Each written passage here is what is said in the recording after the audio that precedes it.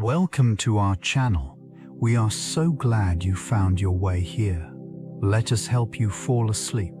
Let's begin with the trial of Posthumia, when Roman Gaiety met the eye of the high priest. Take a slow, deep breath in and release it. Let the noise of today fall away as we step back, not just hours or years, but centuries, into the vast theater of crime and punishment in ancient Rome. If you genuinely like our videos, please hit like and subscribe. This society was characterized by a complex hierarchy where social status dictated every aspect of life. At the very top rested the patricians, elite families who wielded considerable political and economic power. Beneath them, the plebeians formed the bulk of the population, farmers, laborers, and merchants, whose daily lives were often marked by struggle. This stratification influenced not only politics, but also cultural practices, with rituals and festivals reflecting the values and beliefs of its varied classes. Religion played an integral role in daily life. Numerous deities were worshipped, and public ceremonies sought to appease these divine entities. Temples dotted the landscape, standing as symbols of devotion and authority. The high priest held a position of immense significance, ensuring the rituals were performed correctly to maintain favor with the gods, a task that required both religious fervor and political acumen. Entertainment flourished within this society, from the grand spectacles of gladiatorial games to theatrical performances. These events provided not only relief from the rigors of life, but also a means for the ruling class to showcase their power and influence. The arts thrived, with literature, sculpture, and architecture reflecting the societal values of the time. Each facet of Roman life intertwined, creating a rich cultural fabric that would endure for centuries, shaping the course of Western civilization. The role of women in Roman society was multifaceted, ranging from domestic responsibilities to influential positions within the family and community. While public life was predominantly dominated by men, women exerted considerable influence behind the scenes. They managed households, which were often bustling centers of commerce and culture, and their skills in negotiation and social interaction were vital for maintaining familial and political alliances. Education varied, yet many women were well versed in literature, philosophy, and the arts, contributing to intellectual discourse. Some even owned businesses, demonstrating a degree of economic independence rarely seen in ancient cultures. Their involvement in religious practices also held significant importance, as they participated in rituals and ceremonies that reinforced societal norms and values. Despite the limitations imposed by law and tradition, women found ways to navigate the complexities of their roles. The emergence of influential figures, such as the Vestal Virgins or wealthy matriarchs, showcased their ability to wield power, albeit indirectly. Their legacies, often overshadowed by male counterparts, were pivotal in shaping family structures and social networks. The constraining expectations of virtue and fidelity were juxtaposed with the realities of their lives, reflecting a society grappling with the complexities of gender. This dynamic illustrated the nuanced position of women within the broader context of Roman culture. The high priesthood held a significant role in ancient Rome, serving as a bridge between the divine and mortal realms. This esteemed position was associated with the worship of various deities, most notably Jupiter, the chief god of the Roman pantheon. Individuals chosen for this high office were often of notable lineage, reflecting the intertwining of religion and politics in this society. Priests were tasked with overseeing rituals and ceremonies, ensuring that the favor of the gods was maintained. They conducted sacrifices, interpreted omens, and managed the sacred calendar, which dictated the timing of religious festivals and observances. This responsibility extended beyond mere rituals, as it involved the active participation in the civic life of Rome. The high priest's decisions could influence military endeavors, agricultural cycles, and public morale. In this region, the high priest was not merely a religious figure. It represented authority and influence, often consulted by senators and leaders on matters of state. Their standing emphasized the importance of divine favor in governance, as Romans believed the gods directly impacted the prosperity of the empire. The intertwining of spirituality and governance created a complex hierarchy, where the high priest occupied a pivotal role that echoed throughout the annals of Roman history. The reverence held for this position shaped societal norms and expectations, contributing to the intricate fabric of Roman identity. The Vestal Virgins embodied the sacred connection between the divine and the Roman people. Their role extended far beyond mere religious observance.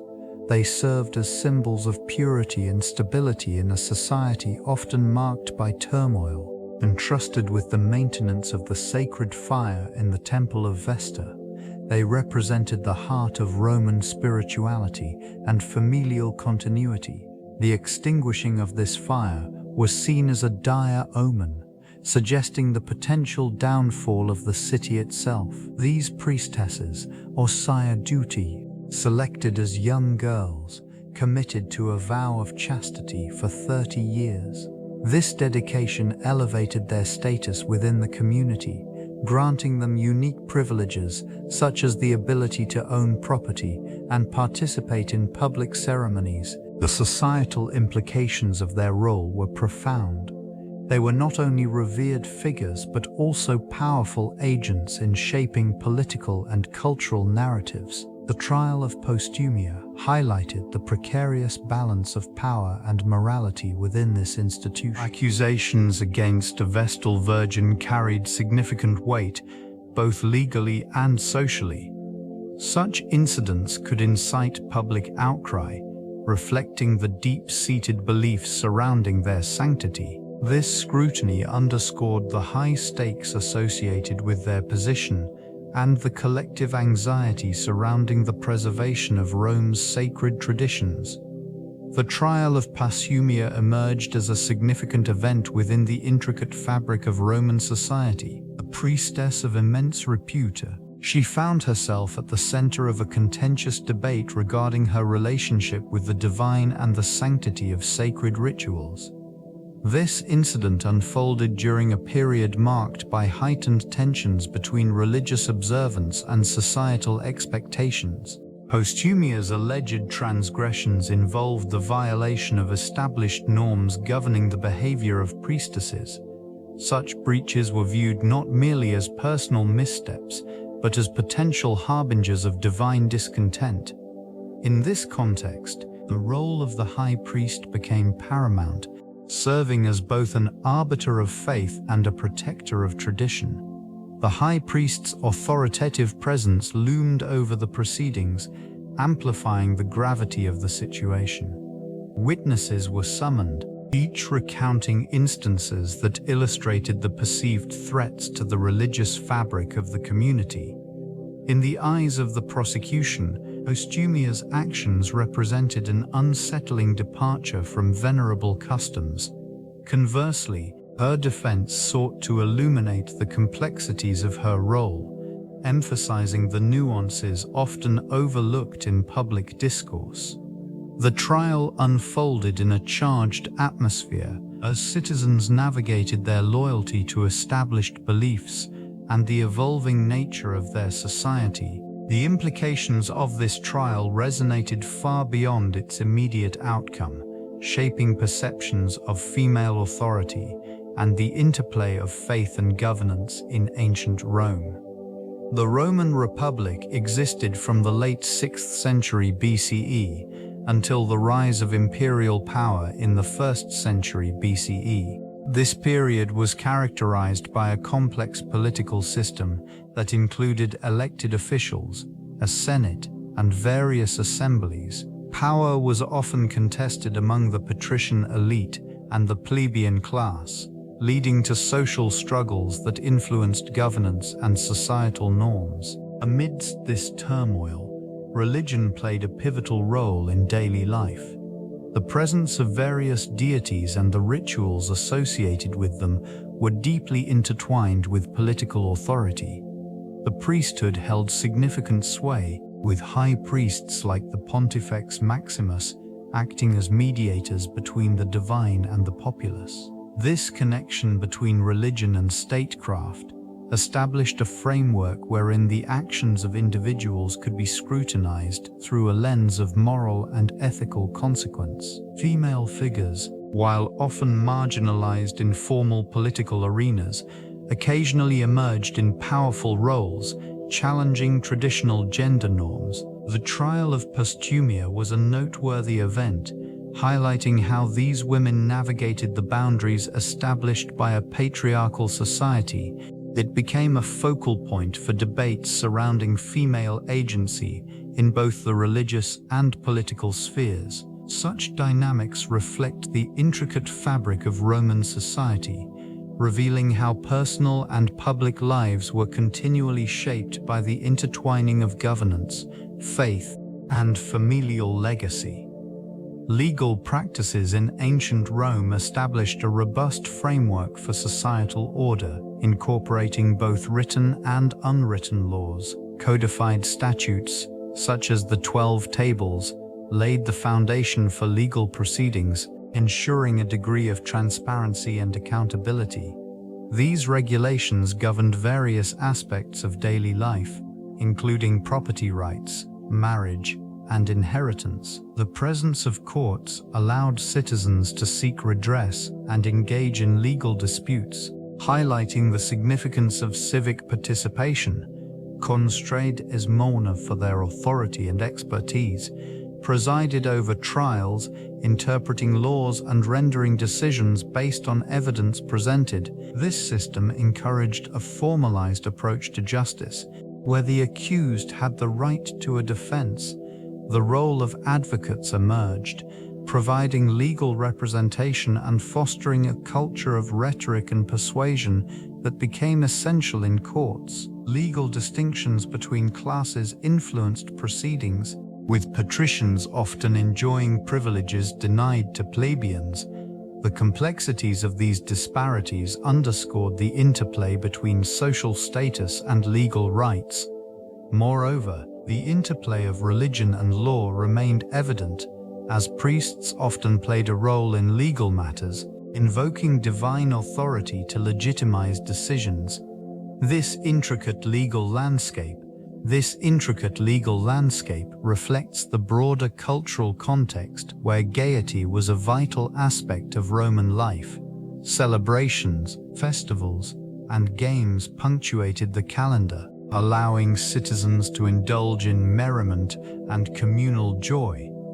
These occasions fostered a sense of unity, reinforcing social bonds among diverse populations. The lavish displays of wealth during such festivities highlighted the power dynamics within the society, where the elite showcased their status amidst the collective exuberance of the masses.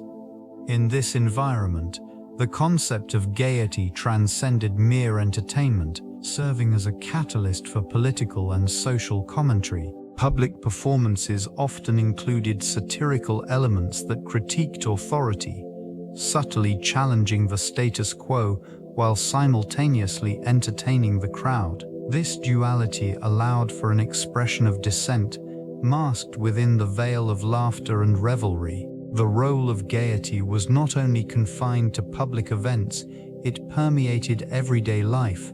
Social gatherings, banquets, and private celebrations provided opportunities for Romans to express their joys, fears, and aspirations. In these intimate settings, they engaged in discussions that shaped their community's values and beliefs. Social hierarchies in ancient Rome defined the interactions and relationships among its citizens, At the apex resided the patricians, a noble class possessing political influence and substantial wealth. Their status afforded them privileges, including exclusive access to religious offices and significant roles in governance. This elite group not only shaped public policies, but also determined the cultural trends that permeated society. Society. Below them, the plebeians constituted the majority, consisting of farmers, artisans, and laborers. This class often struggled for representation and faced economic hardships.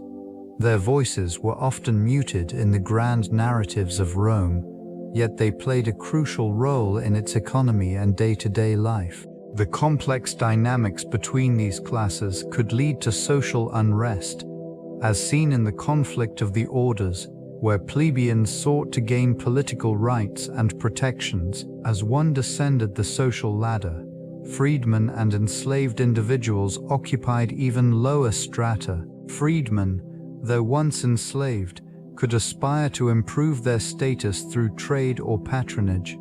Enslaved individuals, entirely devoid of rights, contributed significantly to Rome's labor force, their stories often lost in the annals of history. The intricate web of these hierarchies influenced legal, social, and economic frameworks, establishing a society where status dictated one's opportunities and experiences. The echoes of this stratification resonate through the ruins of ancient structures, where the legacies of each class remain intertwined. The alternate Romanci state in Rome forms a complex web of influence, shaping the society in profound ways. Temples dedicated to deities line the streets, their towering columns, a testament to the reverence afforded to the divine. Rituals and ceremonies were not mere acts of devotion, but rather state-sponsored events that reinforced the power of the ruling elite. The priesthood, often composed of individuals from the upper echelons of society, wielded significant power, their interpretations of omens and rituals directly impacting political decisions. Sacred auguries, observed by these high priests, could dictate the outcome of military campaigns or the direction of public policy. This profound integration of faith and governance ensured that the favor of the gods was sought before any significant action. In this context, the role of the high priest became essential, as they were viewed not only as religious leaders but also as the gatekeepers of societal stability. Civil and religious laws were often indistinguishable, creating a framework where civic duties were imbued with spiritual significance. Temples served as centers of community life, reinforcing social hierarchies while also providing a space for the populace to gather and seek divine intervention. Through this intricate relationship, the fabric of Roman identity was woven, reflecting both the aspirations and fears of its people across generations. Posthumia emerged from a lineage deeply entrenched in the complex socio-political landscape of ancient Rome. Born into a family that navigated the delicate balance of power and influence, her upbringing was marked by the expectations placed upon women in a patriarchal society. This region, characterized by its rigid social hierarchies, often relegated women to the shadows of public life. Yet Posthumia carved a distinctive path for herself. Her early years were shaped by the teachings of her father, a notable figure in the Senate, who instilled in her a sense of ambition and resilience. This nurturing environment fostered a spirit of independence, allowing her to grasp the subtleties of influence within the male-dominated political arena. By acquiring knowledge of legal matters and the intricacies of Roman customs, she positioned herself as a formidable force. The trial itself brought forth significant personalities, including the high priest, whose role was pivotal in the examination of moral and religious standards. Tensions simmered as accusations emerged, illuminating the societal pressures surrounding female conduct. Posthumia's eloquence and poise during the proceedings highlighted the contradictions of her time, where the aspirations of women often collided with the rigid expectations of their roles. In this charged atmosphere, the trial became a focal point for broader discussions on gender and power dynamics in Roman society. The accusations against Posthumia centered on alleged improprieties that violated the moral codes upheld by the Roman elite. It was claimed that her behavior, often characterized as unrestrained, threatened the delicate balance of societal expectations. Witnesses described instances of public conduct that strayed from the accepted norms of femininity, with some suggesting that her actions undermined the authority of traditional male figures in her life.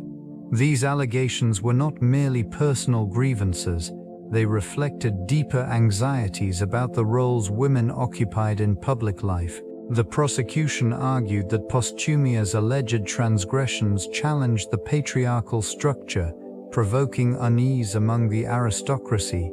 The courtroom became a stage for the contestation of values, with each side presenting carefully constructed narratives to sway public opinion. Statements from her peers revealed a society grappling with the implications of female agency. In the faces of the judges and the assembled crowd, the tension grew palpable. The concept of honor, intricately tied to familial lineage, became a central motif in the proceedings. As the trial unfolded, it became evident that the accusations were not solely about Posthumia's choices. They encapsulated a broader struggle over the control of female identity and autonomy within the confines of a rigidly hierarchical society.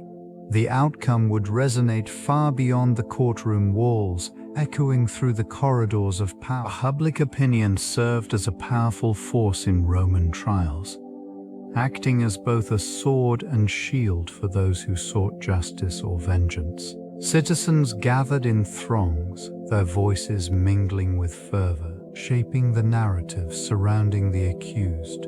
This phenomenon was not merely incidental. It was intricately woven into the very fabric of legal proceedings. The masses, with their collective sentiments, could sway the hearts of judges and juries alike, instilling a palpable tension within the courtroom. In this environment, the reputation of the accused held immense importance. Not only did it influence perceptions, but it also dictated the strategies employed by defense and prosecution. Every detail was scrutinized. The background of the parties involved, their past actions, and their connections to influential figures. Each element contributed to the larger story that the public would consume. The role of rhetoric became paramount, with skilled orators manipulating emotions to gain favor.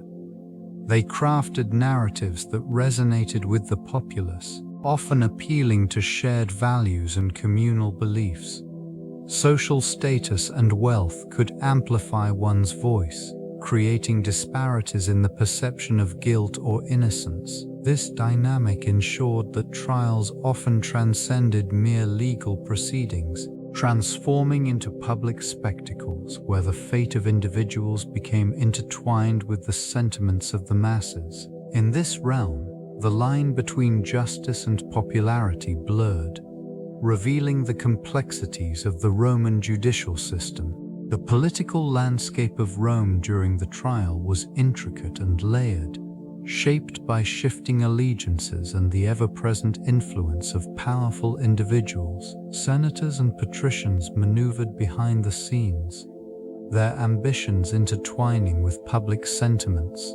These figures understood that a favorable verdict could bolster their standing, while a miscalculation might lead to ruin. The dynamics of public opinion held tremendous weight, with crowds gathering to express their views, often swayed by rhetoric and charisma. The influence of the high priest added another layer of complexity. Their position granted them not only religious authority but also significant sway over the populace.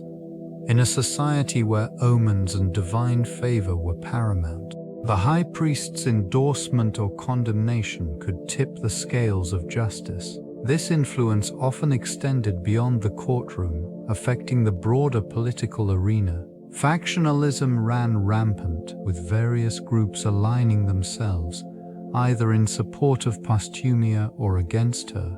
These alliances were often fluid, reflecting shifting loyalties and opportunistic calculations.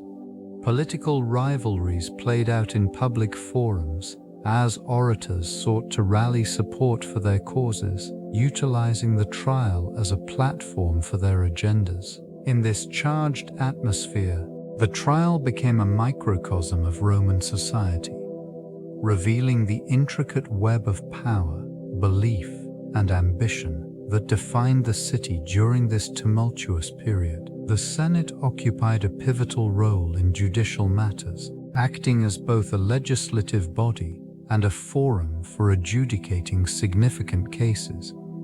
It served as a space where legal disputes intertwined with political maneuvering, reflecting the complexities of governance in Rome. Senators, often driven by personal interests or allegiances, navigated the delicate balance between justice and ambition, their decisions influenced by the prevailing winds of public opinion. They went as tasked. The trial of Posthumia showcased how the Senate's involvement could shift the perception of legality into a tool for political gain. Debates were not just about the merits of the case. They often veered into the personal lives of the accused and the accusers. Accusations could serve as weapons wielded to dismantle rivals or elevate one's status among peers. The high priest's involvement added a layer of religious significance, intertwining civic duty with spiritual authority. The Senate's deliberations, marked by rhetoric and persuasion, illuminated how law intersected with morality in this era. Decisions made within these hallowed walls reverberated beyond the courtroom, shaping societal norms and expectations. This intricate relationship between governance and justice reflected a culture where the pursuit of power could overshadow the quest for truth, leaving citizens to navigate the consequences of such entanglements. Rituals and ceremonies in Roman religion served as a bridge between the earthly realm and the divine. These practices were meticulously designed to invoke favor from the gods and ensure harmony within society. Each rite was rooted in tradition, with specific prayers, offerings, and gestures dictated by ancient customs. Priests, often drawn from the upper echelons of society, played a crucial role in facilitating these sacred interactions. Their authority was derived not only from their social status, but also from their perceived ability to interpret divine will. Sacrificial offerings, ranging from fruits to livestock, were common elements of these ceremonies, intended to appease deities and secure blessings. The rituals were conducted at temples, which were adorned with intricate carvings and dedicated to specific gods or goddesses. These spaces held immense significance, serving as physical manifestations of the community's devotion. Festivals punctuated the Roman calendar, celebrating agricultural cycles, military victories, or significant events in the life of the state. During these occasions, public displays of piety were prevalent, and citizens participated in processions, chanting hymns, and engaging in communal feasting. Each act reinforced the bonds of loyalty between the populace and their deities, creating a shared sense of identity.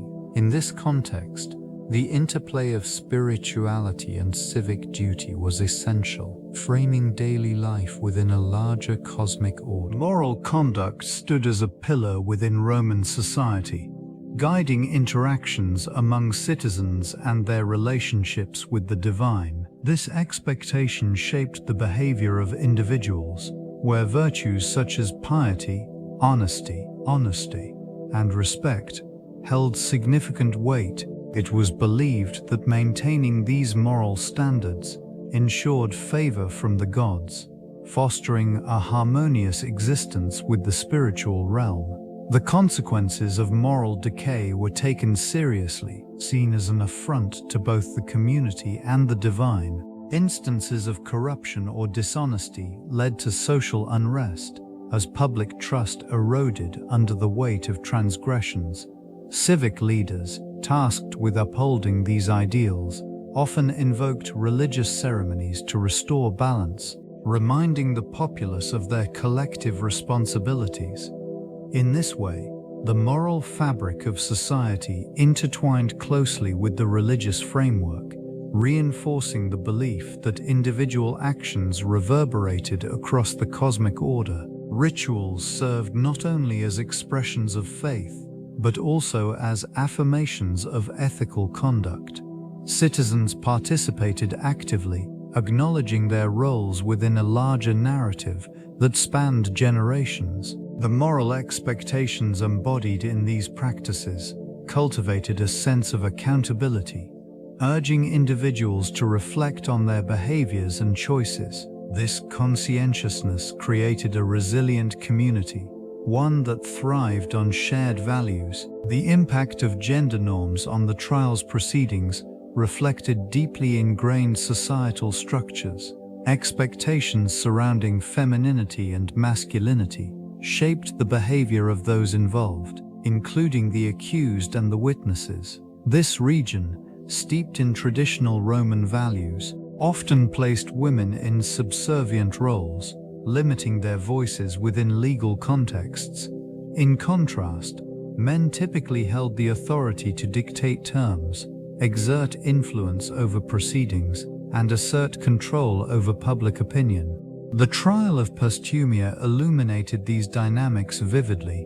As a woman accused of transgression, Posthumia faced scrutiny not only for her actions but also for how they aligned with societal expectations of female conduct. The perception of her character became paramount, overshadowing the substantive evidence presented. Witnesses were often compelled to navigate the delicate balance between their loyalty to the accused and the prevailing norms that dictated acceptable behavior for women. Judges and priests exercised their authority through lenses colored by these expectations, framing the trial within a context that often marginalized female experiences. The proceedings unfolded against a backdrop of cultural reinforcement, rendering the judiciary a reflection of societal values. The discourse therein served as a microcosm of the larger Roman world, where gender dictated experience, shaping not only individual destinies but also the very fabric of justice itself. The accusers emerged from various strata of Roman society, each motivated by a blend of personal vendettas and societal expectations. Prominent among them were members of the senatorial class, whose influence often dictated public sentiment. Their animosity towards Posthumia was fueled by both jealousy and the traditional values that emphasized male supremacy. This region of elevated status positioned them as arbiters of morality, keen to assert control over the narrative surrounding femininity and virtue. Accompanying them were patricians, wielding their familial connections as weapons in the courtroom. These individuals, driven by a desire to maintain social order, believed that the condemnation of a woman could reinforce their dominance. It was a calculated risk, one that sought to uphold the patriarchal structures of their era. Among the accusers were also the voices of the common people, whose opinions held sway in the public arena. Their whispers and rumors circulated through the marketplaces, feeding the growing frenzy against Posthumia. Each accusation, though perhaps lacking in substance, was a reflection of the collective anxiety surrounding women's autonomy.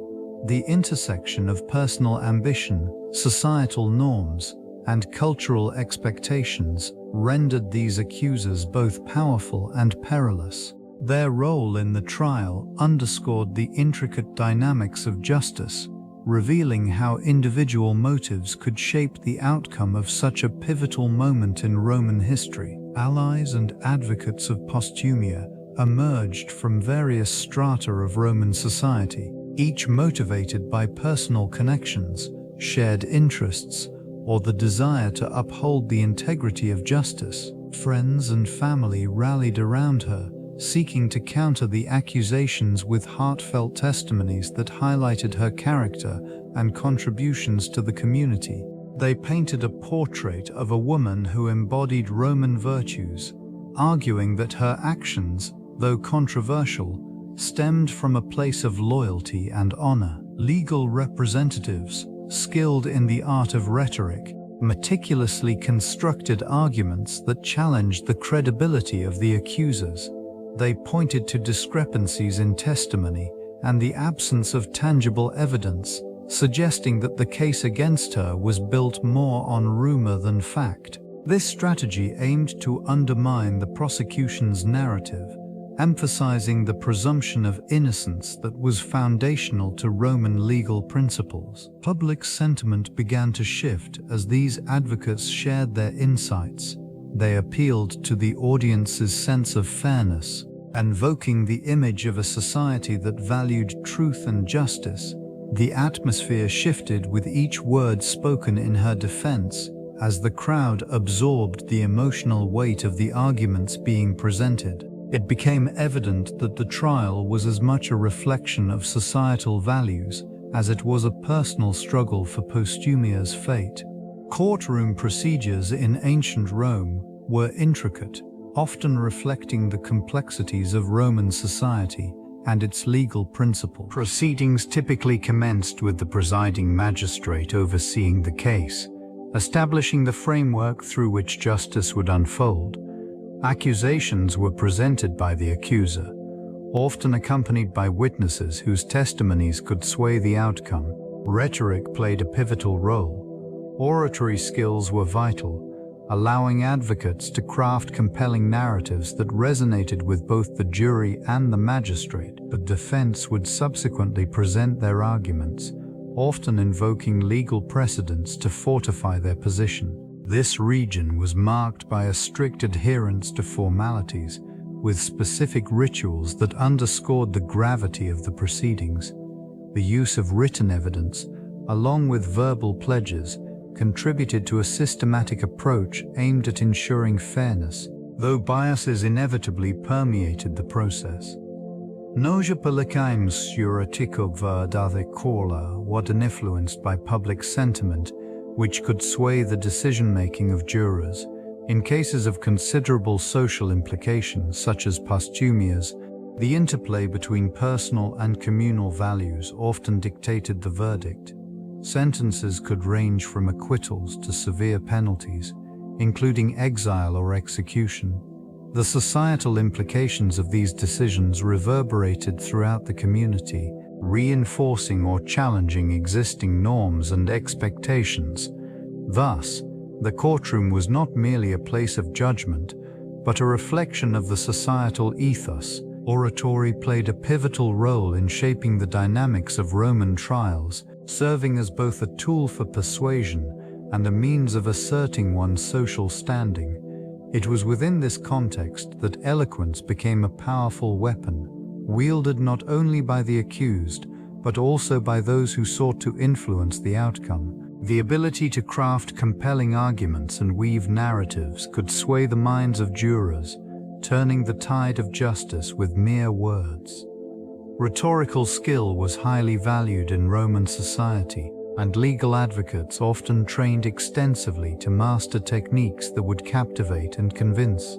These individuals understood the intricacies of human emotion and the subtleties of language, employing strategies that resonated deeply with their audience. This region of discourse would often echo with the impassioned voices of speakers, their cadence and inflection designed to evoke empathy or indignation. The interplay between orator and audience was crucial. Jurors, influenced by the artistry of delivery, frequently found themselves drawn into the fabric of the argument. Each gesture and pause carried weight, contributing to an atmosphere thick with anticipation.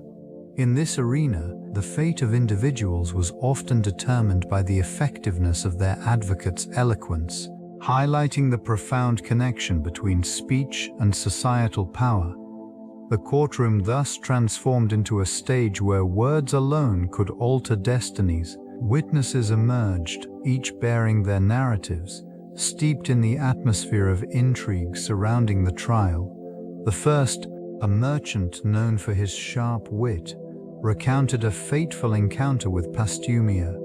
He spoke of a transaction that took place under the cover of dusk, where whispered secrets mingled with the scent of spices. His testimony, though seemingly innocuous, suggested deeper connections and hidden motives that rippled through the court. Another voice, that of a former companion, painted a contrasting portrait. This individual spoke of loyalty and camaraderie, recounting moments shared in the shadows of Rome's bustling streets. With every word, the weight of personal history hung in the air, leaving the jury to ponder the fine line between friendship and betrayal. The high priest's presence loomed, his scrutiny unyielding. He listened intently, absorbing each account with a stoicism emblematic of his station.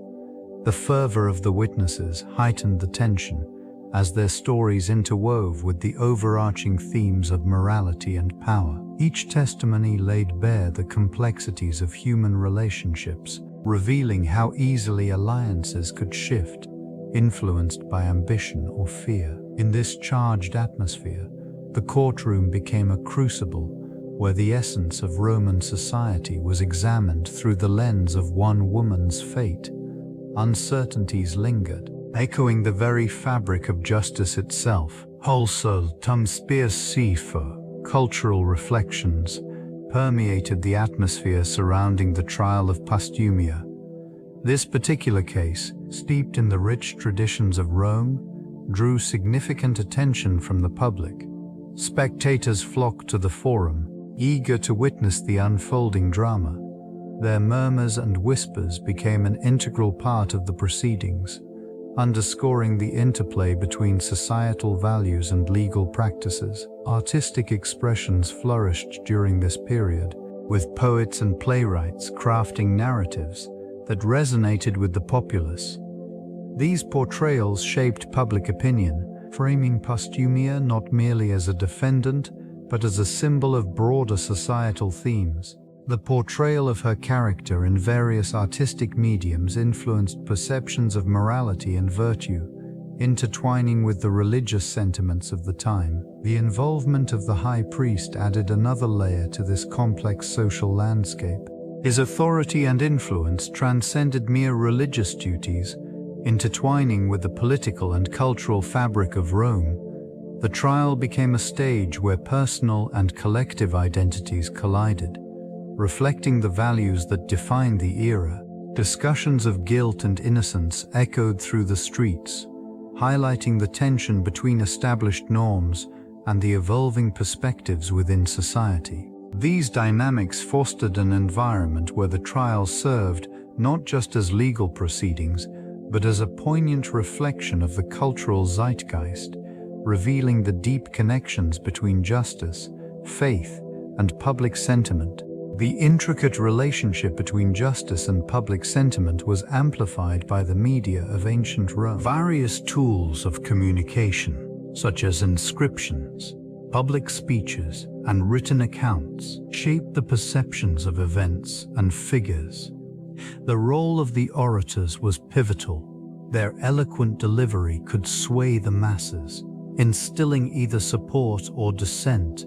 These individuals wielded significant influence, crafting narratives that resonated with the populace. In this context, the written word served as both a weapon and a shield. Pamphlets and scrolls circulated widely, often carrying embellished accounts of trials, victories, and defeats. The high priest, a central figure in this atmosphere, found their authority reinforced or undermined through these channels. The impact of public opinion could shift the tides of justice, as widespread support or condemnation for defendants could lead to favorable or unfavorable outcomes. The architecture of public spaces further contributed to this media landscape. Forums and amphitheaters became arenas for discourse, where citizens gathered to exchange ideas and opinions. The visual representation of events through mosaics and sculptures also played a role in shaping collective memory. This interplay between media and public perception created a feedback loop, reinforcing the prevailing beliefs and attitudes of the society. In essence, the mechanisms of communication were vital in navigating the complexities of morality, legality, and faith within the Roman world. The trial of Posthumia unfolded against a backdrop rich with societal expectations and cultural symbolism. Gaiety, often associated with the festivals and public celebrations of the Roman populace, played a significant role in shaping perceptions during this critical event. It represented not only joy and communal spirit, but also a facade that masked deeper societal tensions. In this context, the public's laughter and merriment contrasted starkly with the gravity of the proceedings tour. The high priest's presence added a layer of complexity, embodying the intersection of spiritual authority and civic duty. This duality invited scrutiny, as the jubilant atmosphere belied the serious implications of Posthumia's alleged transgressions. The people's laughter served as both a coping mechanism and a means of asserting their identity within a system that often demanded conformity. Symbols of gaiety adorned the streets, with vibrant colors and festive decorations, further complicating the trial's atmosphere. They reminded the populace of their cultural heritage and collective values, while simultaneously highlighting the precarious balance between personal freedom and societal norms. The laughter echoed through the forum, a stark juxtaposition to the solemnity of the accusations. This dissonance reflected the intricate dynamics of Roman life, where the pursuit of happiness coexisted with the burdens of moral accountability. Understanding this interplay reveals essential insights into the societal fabric of ancient Rome. The high priest's involvement in the accusation process was pivotal, embodying both spiritual authority and civic duty. This figure acted as a mediator between the divine and the political, ensuring that religious observances aligned with the societal norms of the time. In cases such as the trial of Posthumia, the high priest's role extended beyond mere oversight. It encompassed the interpretation of omens and the adjudication of moral integrity within the community. Accusations often required a careful examination of celestial signs, with the high priest interpreting these phenomena to determine the will of the gods. This intricate process allowed for a form of divine validation, where the outcomes of trials were perceived as reflections of cosmic order. The connection between ritual and law was integral, shaping perceptions of guilt and innocence within the public sphere. When a citizen, such as Posthumia, was brought forth, the high priest's decisions carried significant weight.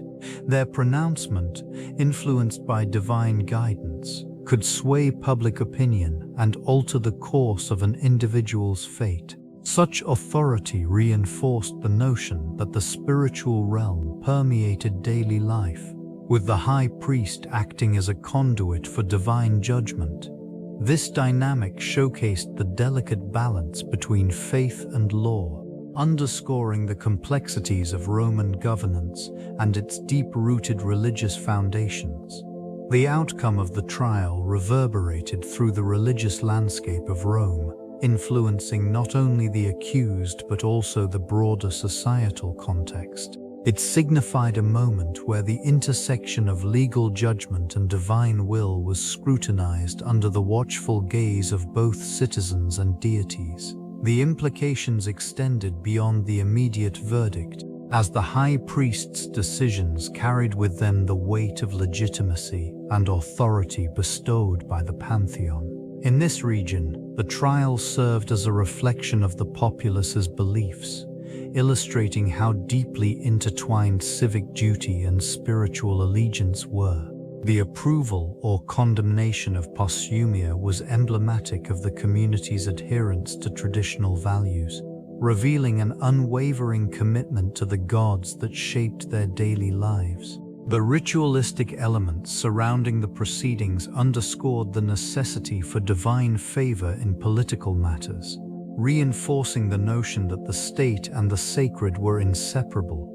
Outcomes of such trials often led to shifts in public sentiment, influencing future engagements with the divine. The potential for a backlash against perceived injustices or divine displeasure lingered in the air, as citizens contemplated the implications of the verdict on their own spiritual standings. The echoes of the trial resonated through the temples and streets alike, marking a pivotal moment in the ongoing dialogue between human law and divine decree. Gendered expectations shaped every interaction within the society, and the high priest's perspective was no exception. The role of women was often confined to the domestic sphere, yet they were simultaneously venerated as vessels for divine favor. This duality created a complex framework through which the high priest interpreted Posthumia's actions. Their behavior, perceived through the lens of societal norms, dictated the severity of judgment and the expectation of obedience to traditional roles.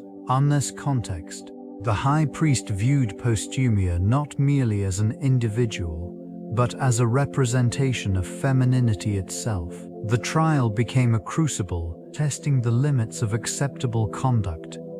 Actions that strayed from established norms were scrutinized, reflecting an underlying anxiety about the potential upheaval of a carefully maintained order. It was not just her alleged transgressions that were under examination, but also the implications they held for other women within the community. These expectations manifested in public discourse, where whispers and rumors challenged the delicate balance between admiration and condemnation. The high priest's authority rested on the ability to uphold these traditions, reinforcing the notion that a woman's worth was intricately tied to her compliance with prescribed roles. The trial, therefore, served as both a judgment and a reminder of the stringent boundaries shaping women's lives in this era. Cultural expectations permeated the atmosphere surrounding the trial, influencing not only the actions of the individuals involved, but also the perceptions of the spectators. The role of societal norms imposed a significant psychological burden on the women of this period. The pressure to conform to established standards of behavior often dictated their actions, creating an environment where dissent could be met with severe consequences. Fear of public disgrace loomed large, intertwining with the ambitions of those in power. This dynamic fostered a climate in which accusations could arise from personal vendettas or political maneuvering. Further complicating the motivations behind the trial, the psychological ramifications of potential ostracization weighed heavily on all parties, amplifying tensions and heightening stakes. Witnesses and jurors alike grappled with their own biases, often influenced by prevailing patriarchal ideologies. The need to uphold familial honor and societal reputation often took precedence over justice. In this context, the trial became a microcosm of broader societal conflicts, revealing deep-seated anxieties regarding gender, power, and morality. Posthumia's fate, intertwined with these psychological factors, reflects the intricacies of human behavior under scrutiny. The outcome would not only determine her standing but also resonate through the fabric of the community, reinforcing or challenging the norms that governed their lives. Honor and shame served as fundamental pillars within Roman culture, shaping interactions and societal expectations. This duality permeated daily life, influencing every aspect from individual behavior to public affairs. The deep reverence for honor dictated that one's actions reflected upon the family, community, and ancestors. Any perceived deviation from accepted norms could result in profound shame, not only for the individual, but also for those connected to them. It was within this context that reputation became a valuable currency, often determining one's influence and standing. Public displays of virtue, courage, and loyalty were lauded, while failures or misdeeds elicited scorn and ostracism. The repercussions of such judgments extended far beyond the individual's immediate circle, reverberating through the wider society. In the case of Posthumia, the scrutiny of her actions under the eyes of the high priest magnified these concepts, placing her at a critical intersection of personal integrity and communal expectations. The high priest's decisions were not made in isolation. They reflected a collective consciousness steeped in tradition and a shared sense of morality. This environment fostered an acute awareness of how honor and shame intertwined, often dictating the course of one's life. The stakes were undeniably high, as adherence to societal values became both a shield and a weapon in the relentless pursuit of acceptance. Repercussions emerged swiftly in the wake of the trial for Posthumia. The once vibrant atmosphere of Roman society shifted, enveloped in an air of uncertainty and scrutiny. Accusations lingered, casting shadows over the lives of those associated with her. Social circles fractured, as friendships strained under the weight of judgment and suspicion. Those who once embraced gaiety now navigated a landscape fraught with tension, where loyalty was tested against the backdrop of public opinion. Unwind loomed large, a constant reminder of the power vested in spiritual authority. This region found itself divided. Some rallied in support of Posthumia, believing her to be a victim of archaic traditions and an overreaching moral compass. They spoke of her character, her contributions to the community, and the vibrant spirit she embodied. Others, however, echoed the high priest's sentiments, insisting that her actions had consequences deserving of reprimand. In the aftermath, a palpable shift occurred within the religious rites of the society. Rituals became more scrutinized, and the role of the priesthood expanded to encompass not just spiritual guidance, but also moral policing. The delicate balance between personal freedom and societal expectation began to falter, leaving a mark on the cultural fabric of this era. The echoes of that trial would resonate for generations, shaping discussions around morality, acceptance, and the evolving nature of society itself. Reactions to the verdict manifested across various strata of Roman society. In the bustling forums, debates erupted among citizens, reflecting a spectrum of opinions. Some hailed the decision as a triumph of moral integrity, believing it reinforced traditional values. Others perceived it as a troubling precedent, fearing the implications for personal freedoms and the burgeoning acceptance of diverse identities.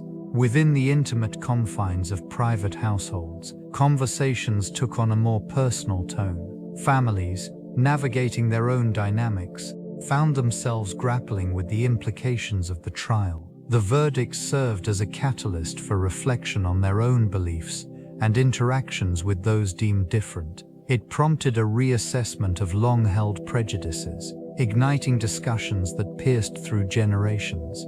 Intellectuals and philosophers, too, engaged fervently with the outcome, producing treatises that analyzed its implications. They debated the role of the state versus individual autonomy, weaving complex arguments that echoed through the ages. Their writings would influence not only their contemporaries but also future thinkers who would grapple with similar societal dilemmas. In the streets, art responded to the sentiments of the populace. Statues and murals emerged, capturing the essence of the trial and its verdict. This cultural response became a silent witness to the shifting tides of acceptance, forever marking a pivotal moment in the evolution of societal norms. Women played a vital role in shaping judicial outcomes during this period, often influencing decisions from behind the scenes.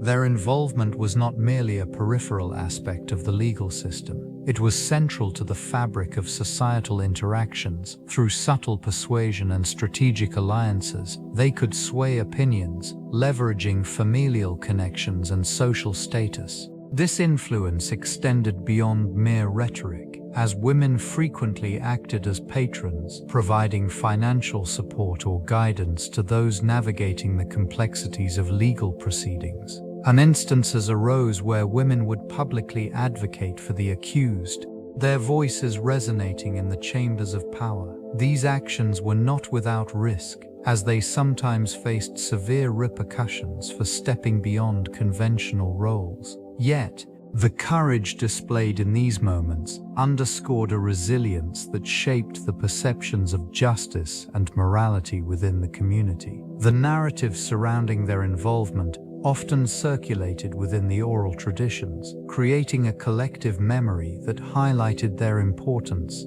In this environment, the legal system began to reflect the shifting dynamics of gender roles. Women's contributions were increasingly recognized, challenging the notion that justice was solely the domain of men. The evolving judicial landscape illustrated a gradual acceptance of women as active participants, not merely passive observers, in the quest for fairness and equity. This shift in perception aligns with feminist theory, which emphasizes the importance of women's voices in historical contexts. The trial of Posthumia serves as a case study, revealing the complexities of gender roles within Roman society. Legal frameworks were traditionally dominated by male perspectives, yet the trial showcased a space where women's agency began to emerge. Posthumia's ability to stand trial and advocate for herself suggests an early recognition of female autonomy. The proceedings unfolded against a backdrop of societal norms,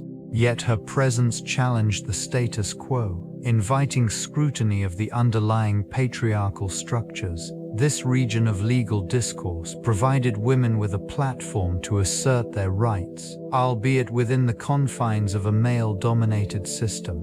Analysis through this lens highlights the tensions inherent in such progress. Although women like Posthumia began to navigate these spaces, the overarching societal expectations remained restrictive. The courtroom transformed into a site of negotiation, where gendered identities were both reinforced and contested. The outcomes of these trials, while significant, did not lead to immediate systemic change. Instead, they laid the groundwork for future generations to further dismantle oppressive structures, gradually fostering an environment where women could occupy roles of influence and power. This evolution underscores the dynamic interplay between law, society, and gender. Legal rights for women in Rome underwent significant transformation over centuries, reflecting broader societal shifts. Initially, women were largely seen as property, their legal status heavily influenced by their relationships with male guardians. The father's authority dominated, restricting autonomy and participation in public life. This lack of agency was evident in property ownership laws, which favored men. As time progressed, changes emerged with the rise of influential figures advocating for women's rights. The gradual introduction of the concept of dowries allowed women to possess limited property rights, granting them a semblance of financial independence. This development marked a pivotal shift, as it allowed women to engage in economic transactions, albeit within a constrained framework.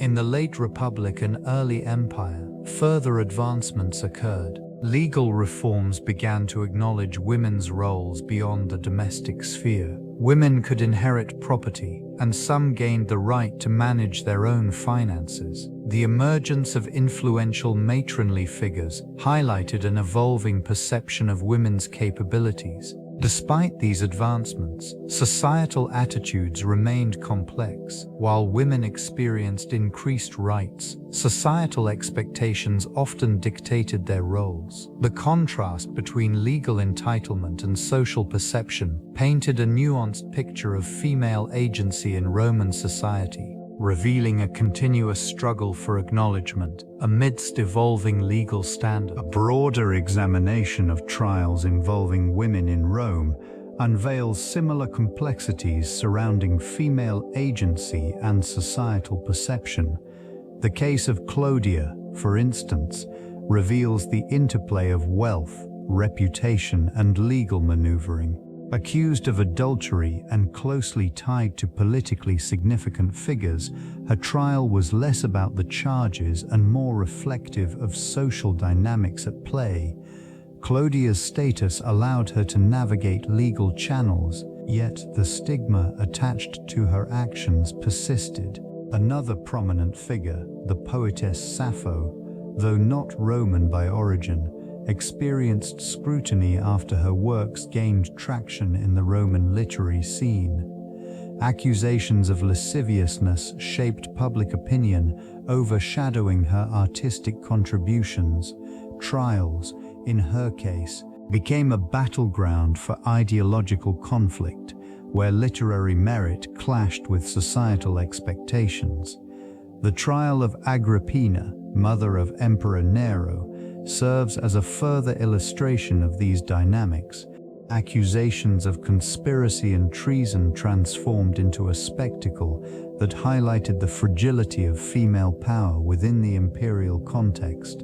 Her eventual execution underscored a stark reality: even prominent women could be undone by the very structures that elevated them. These examples illustrate that the trials of women in Rome were shaped by a multitude of factors, revealing a persistent tension between societal norms and individual agency. Each case contributes to understanding the broader implications of gender in ancient legal practices. The legacy of the trial of Posthumia extends beyond individual narratives, influencing societal constructs and perceptions of gender roles within ancient Rome. It marked a pivotal moment in the examination of women's agency, challenging prevailing notions of female subservience. The scrutiny faced by Posthumia during her trial laid bare the complexities of public perception and legal interpretation of women's actions in the context of their societal expectations. This trial also revealed the intricate dynamics between religion and law. The involvement of the high priest underscored the weight of spiritual authority in legal matters, illustrating how religious beliefs intertwined with civic duty. The case served as a lens through which to view the influence of religious dogma on the legal status of women, demonstrating the precarious balance between faith and law. Damonis Sinokor. Legal scholars and historians would later reflect on these proceedings as indicative of the evolving attitudes toward gender within the Roman legal system. The documentation surrounding the trial provided insight into the challenges women faced, as well as the means through which they navigated the legal landscape.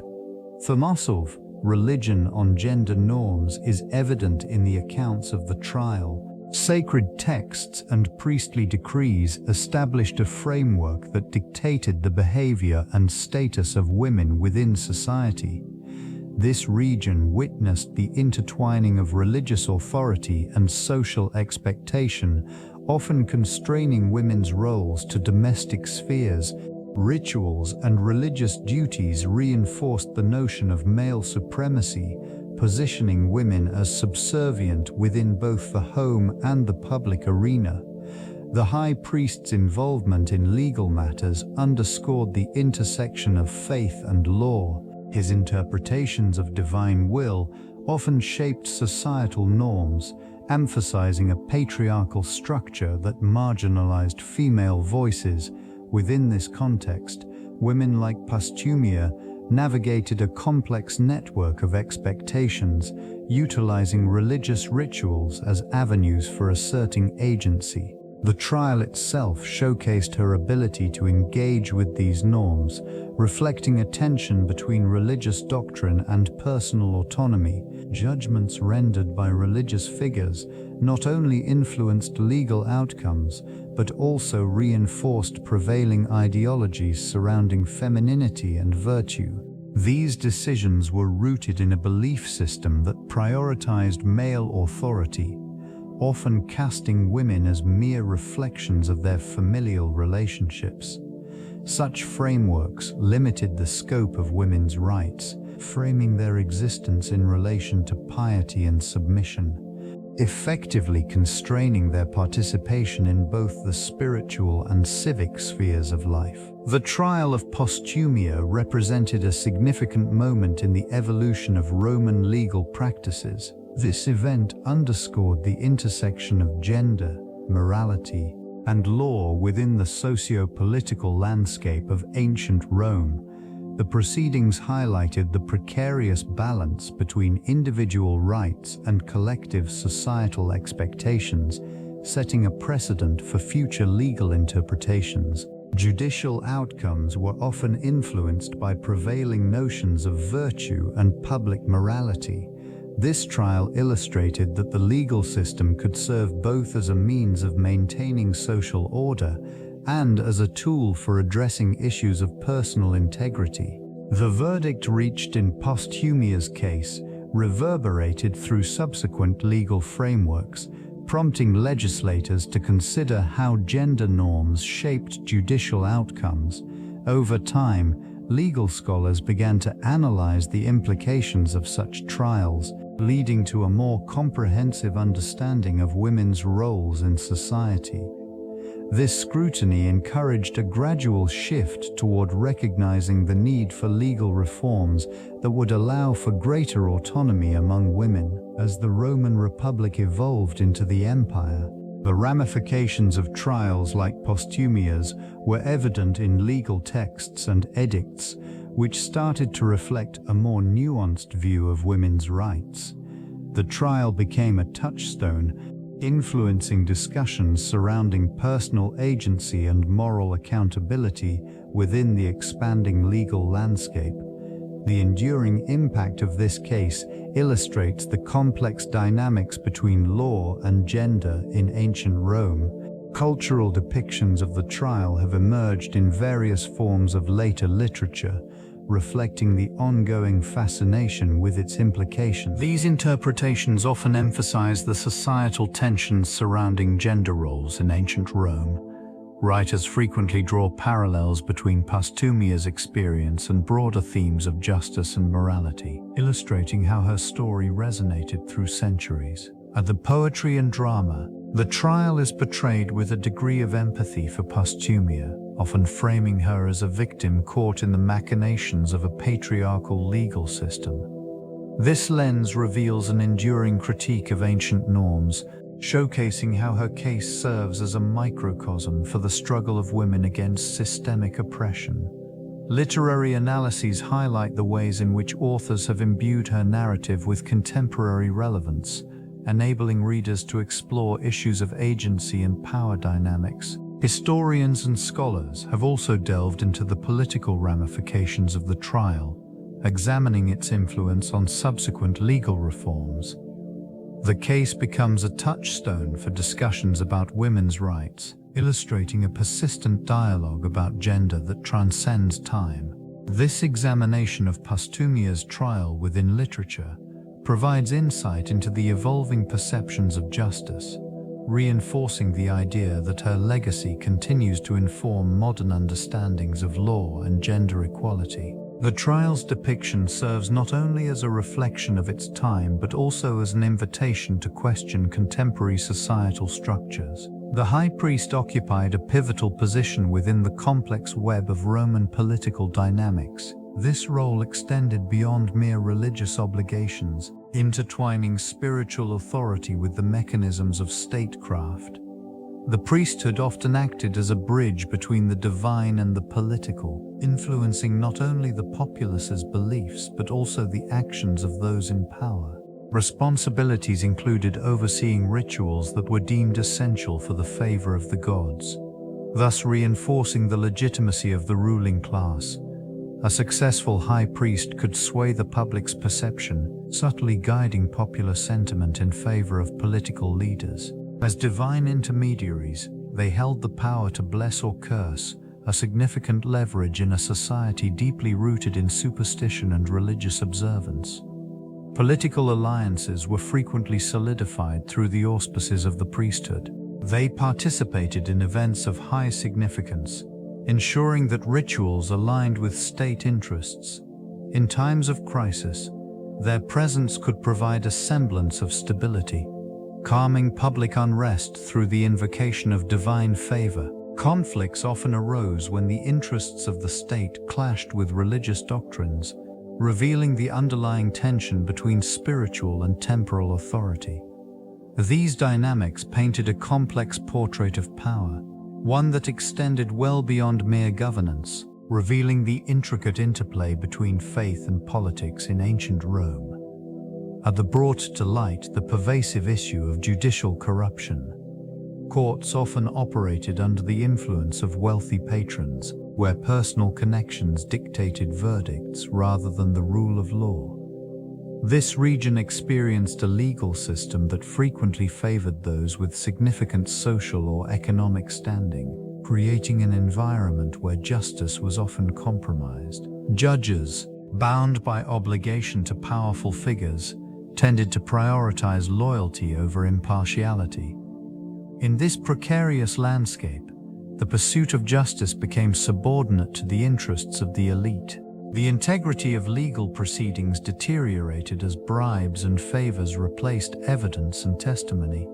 It was not uncommon for trials to unfold with the semblance of fairness while a hidden agenda manipulated outcomes. The consequences extended beyond individual cases, affecting public perception of the judiciary.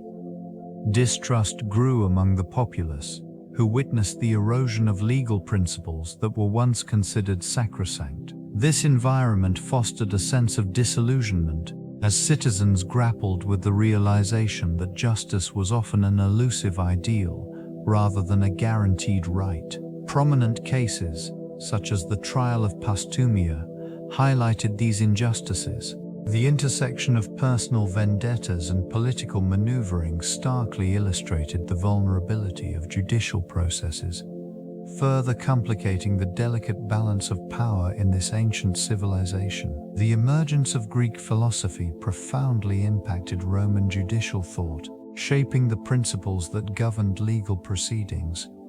Stoicism, in particular, emphasized rationality and ethics, guiding judges in their deliberations. This framework encouraged a focus on justice, urging legal authorities to transcend personal biases and societal pressures. Such ideals pressed for an objective examination of facts, fostering a culture where truth was paramount. The teachings of prominent philosophers, like Seneca and Cicero, permeated the legal landscape, advocating for the importance of natural law. This concept proposed that certain rights were inherent and universal, transcending the limitations of man-made statutes. In this climate, legal practitioners began to engage in rigorous debate, contemplating the moral implications of their decisions. The interplay of philosophy and law encouraged a shift towards a more systematic approach to justice. Legal texts from this period reveal an evolving understanding of rights and responsibilities, underscoring the necessity for clear definitions and procedures. Legal oratory, influenced by rhetorical techniques, also flourished, as advocates sought to persuade judges and juries through reasoned argumentation. This intellectual landscape contributed to a more nuanced perception of justice, compelling individuals within the legal system to grapple with ethical dilemmas. The legacy of these philosophical undercurrents continues to resonate, leaving an indelible mark on subsequent legal traditions. This societal influence shaped the dynamics of gender relations in ancient Rome. Gaiety, often intertwined with public festivities and theatrical performances, provided a unique platform for women to express their identity and agency. In these vibrant gatherings, they navigated the complex labyrinth of social norms, challenging traditional roles while still adhering to the prevailing cultural constraints. The presence of women in these joyful celebrations provided a subtle yet significant shift in the perception of femininity, allowing for an exploration of their voices in matters typically dominated by men. The rituals and ceremonies associated with Gaiety often highlighted the dichotomy between the public and private spheres in Roman life. Women participated in these events not only as spectators but also as active contributors, showcasing their talents in music, poetry, and other forms of artistry. Such participation began to blur the lines of gender expectations, fostering a community dialogue about the roles women could occupy within society. In this context, the interplay between Gaiety and gender relations exemplified a gradual evolution. This evolution did not occur without resistance, as conservative elements within society sought to uphold traditional values. Yet, the enduring impact of these festive occasions planted seeds of change, influencing perceptions of women's roles and paving the way for future generations to redefine their societal contributions. The dynamics of power within ancient Roman religion reveal a complex interplay between gender and authority. While predominantly male figures dominated the priesthood, women held significant roles in certain religious practices, particularly those associated with domestic and community rituals. Vestal virgins, for instance, represented a unique position of influence, tasked with maintaining the sacred fire and overseeing various rites crucial to the state. Their vows of chastity elevated their status, allowing them considerable autonomy, yet they operated within a structure that emphasized adherence to strict societal norms. In this region, the rituals conducted by these women were vital, intertwining the domestic sphere with the broader religious landscape. Their participation in ceremonies underscored a duality, blending personal devotion with public duty. As custodians of sacred traditions, they wielded a form of power rooted in spiritual authority, earning respect and reverence despite the patriarchal framework. The presence of women in festivals and household rites further highlights their integral role in shaping communal identities. These gatherings fostered connections, allowing women to navigate and sometimes challenge societal boundaries. The influence of female participation in rituals gradually shifted perceptions, subtly redefining their standing. Through these spiritual engagements, they contributed to an evolving narrative that would resonate through subsequent generations, laying foundations for future discourse on gender and authority in the ancient world. Juries emerged as a critical component of the Roman legal system, reflecting broader societal changes. Initially, trials were often conducted by magistrates, who wielded significant authority in determining guilt or innocence. This centralization of power began to shift with the introduction of juries, integrating civic participation into the judicial process. Citizens, summoned from various social strata, took on the responsibility of deliberating on cases, marking a crucial transition in the perception of justice. These jurors, composed of both the elite and the common citizenry, brought diverse perspectives to the courtroom. Their involvement democratized legal proceedings, allowing for a more representative evaluation of evidence and testimony. This evolution mirrored the growing complexity of Roman society, characterized by increasing public engagement in governance and legal matters. The influence of the jury system extended beyond the courtroom. It fostered a sense of communal accountability and encouraged dialogue about ethical standards. As jurors navigated the intricacies of law and morality, they shaped collective understandings of justice. The interplay between individual rights and societal expectations intensified, creating a dynamic environment for legal reform.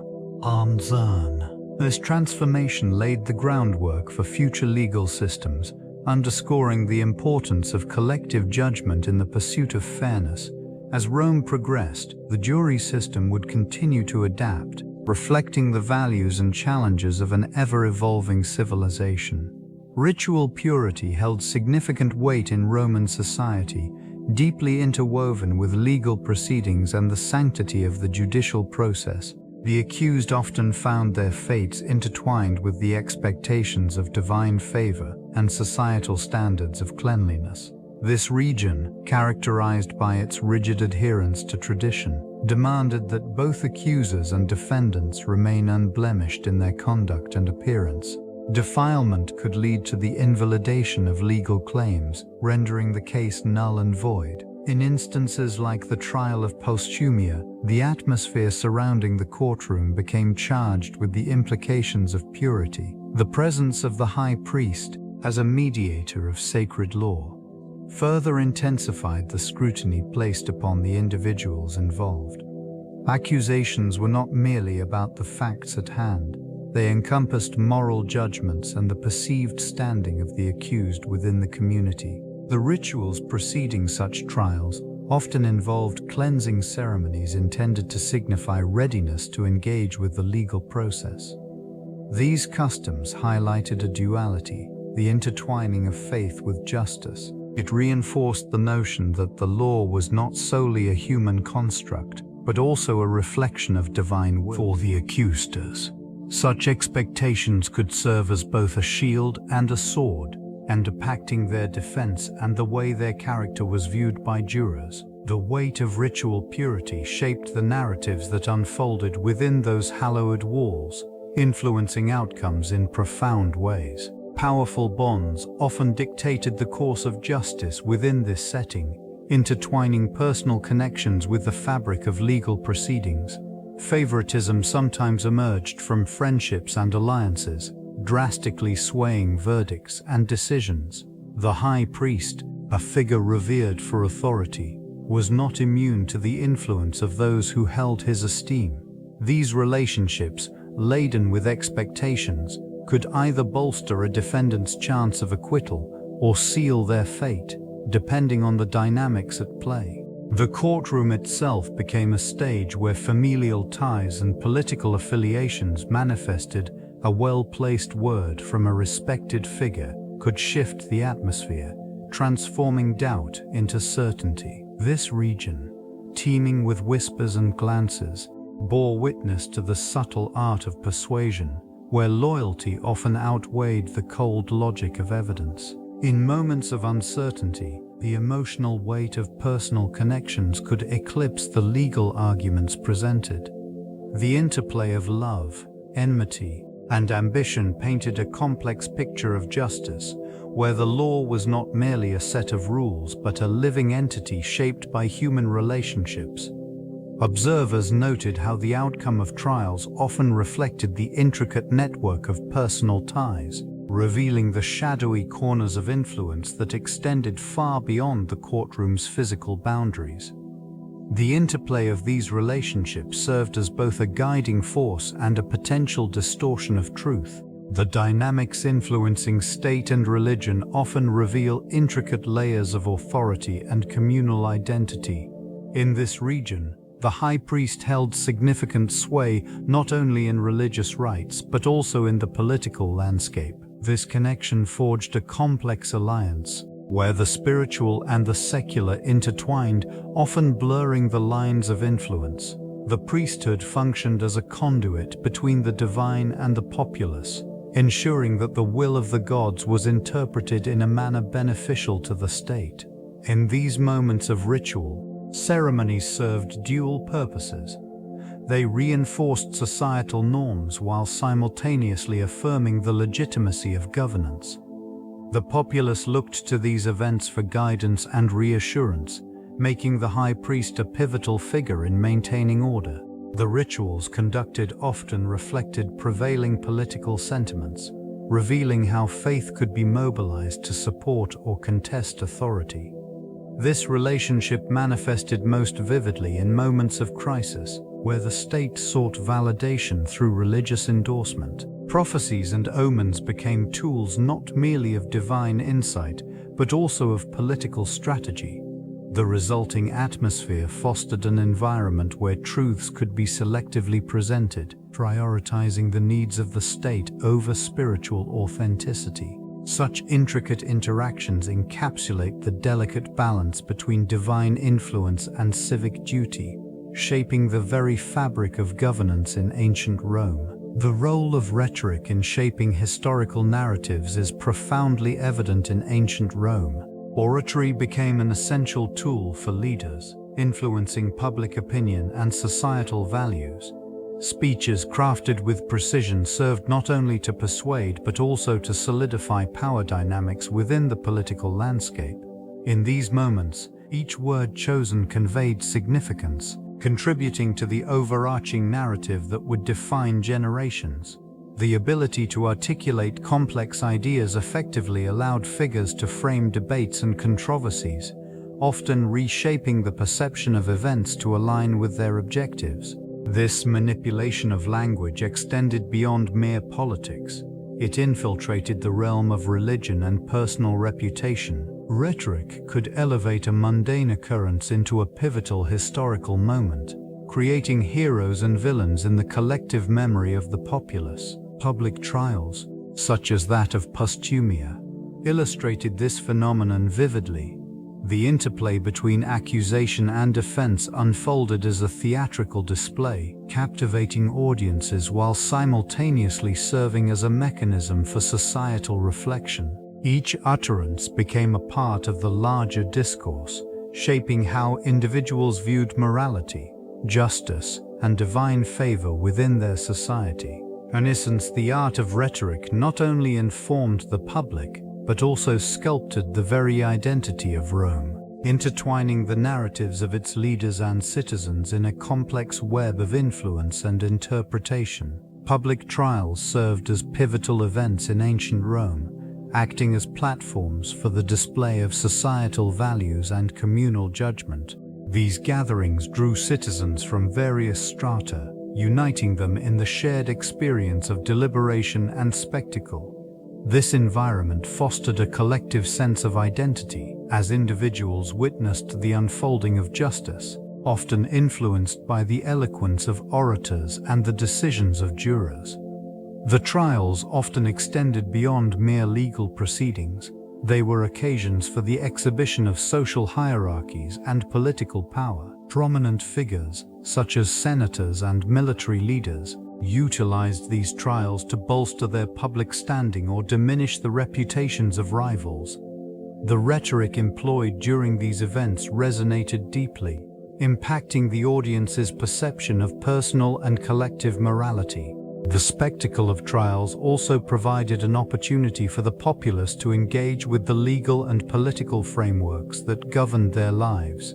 Through the lens of justice, individuals could reflect on their place within the broader society, grappling with notions of right and wrong, virtue and vice. Consequently, public trials transcended their immediate legal implications, becoming instrumental in shaping Roman culture, ideology, and collective consciousness, reinforcing the intricate bonds between citizen, law, and divine will.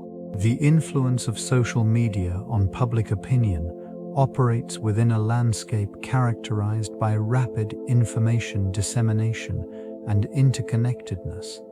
Platforms serve as both a forum for discourse and a battleground for competing narratives, where voices from diverse backgrounds converge. This environment enables the swift spread of ideas, facilitating a sense of immediacy and engagement that shapes perceptions in real time. Information shared on these platforms can be curated, manipulated, or amplified, often blurring the lines between factual reporting and opinion. Algorithms prioritize content based on user interactions, which can create echo chambers that reinforce existing beliefs and biases. Such dynamics impact the way individuals engage with news, leading to polarization and divisive narratives that can overshadow more nuanced discussions. The pressure to remain relevant fosters a culture of immediacy, where reactions are often prioritized over reflection. This contributes to the commodification of opinion, with trending topics dictating the social discourse. The rapid nature of content creation and consumption results in a landscape where misinformation can proliferate easily, complicating the public's ability to discern truth from fabrication. Consequently, the role of social media in shaping public opinion remains profound, presenting both opportunities for engagement and challenges concerning the integrity of information. The interplay between technology and discourse continues to evolve, reflecting broader societal changes in the pursuit of truth and understanding. Satire emerged as a potent tool during the trial of Posthumia, serving to critique not only the proceedings but also the cultural climate of the time. It flourished within the vibrant circles of Roman society, where the nuances of power and morality became subjects of humor and irony. This form of expression enabled citizens to confront uncomfortable truths about their governance, often cloaked in wit and sarcasm. Writers and performers harnessed satire to dissect the motivations of the high priest and the underlying societal tensions. Characters were exaggerated, embodying the hubris of authority figures and the plight of the common citizen. Such portrayals resonated deeply as they mirrored the public's growing skepticism towards established norms. The laughter that accompanied these narratives often masked a profound discontent with the status quo, challenging audiences to reflect on their complicity within the system. In the wake of the trial, this art form gained momentum, with more individuals finding their voices through comedic commentary. It laid bare the contradictions of morality, revealing the fragility of reputations and the complexities of justice. As this genre flourished, it became an indispensable component of the broader discourse surrounding the trial, enriching the cultural landscape of the era. Posthumia's social network played a critical role in shaping the dynamics surrounding her trial. This intricate web consisted of alliances formed through shared interests, familial ties, and strategic positioning within the Roman elite. Patrons and supporters rallied around her. Drawn by her charisma and influence, they offered protection and resources, eager to defend her against rising accusations. These alliances often intersected with the political ambitions of her supporters, each seeking to leverage Posthumia's case to enhance their own standing. Contrasting this support, enemies lurked in the shadows, eager to dismantle her reputation. Rivals within her social circle capitalized on her misfortunes, using the trial to tarnish her image and undermine her influence. This antagonism was not solely personal. It reflected broader societal tensions, including gender dynamics and the struggle for power among the elite. Accusers crafted narratives that painted her as a threat to traditional values, appealing to the moral sensibilities of the populace. In this charged atmosphere, whispers of dissent and loyalty echoed through the halls of power. The social network surrounding Posthumia became a battlefield of ideologies, where the stakes were not just her fate, but the underlying fabric of Roman society itself. Each interaction, each alliance or betrayal contributed to the unfolding drama, leaving a profound impact on the historical record.